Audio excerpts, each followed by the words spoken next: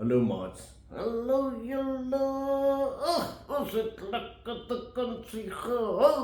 Ja, dit was lekker.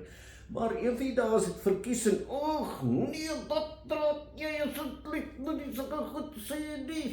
Ja, is so. En ons moet skool toe gaan. Ag, nee.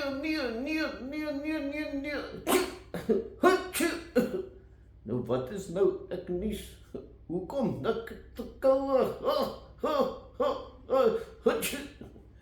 Sjoe, Friedel, ja, alles maak my sommer uit. Moedeloos. Ja, maak het jou moedeloos. Ja, en dan is almal nog lelik met my ook. Hulle haat my, hulle sê ook, Friedel, voetsek.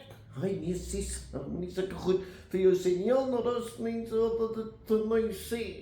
Hy, Friedel, arme jy, ja, arme ek, alles is altyd teen my, ek gee sonder moed op, sê ek jou.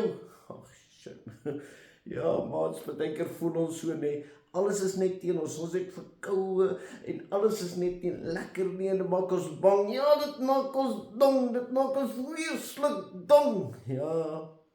Maar daar is een ding wat die psalmdigter vir ons vertel. Die psalmdigter, ja, oom David, ja, hy sê in Psalm 4, Psalm 4, ja, hy sê, hoe lang moet julle mense nog so teen my wees? Ja, dit klink soos ek, nee, alles is altyd teen my.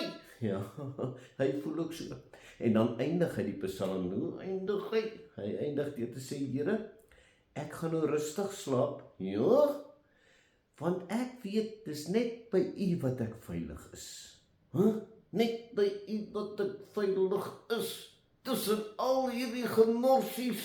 Ja, die Here se hand is so onder ons. Ja, hy dra vir ons, hy hou ons vas net. Ja, altyd. So al is die goed, alles verkeerd, ja.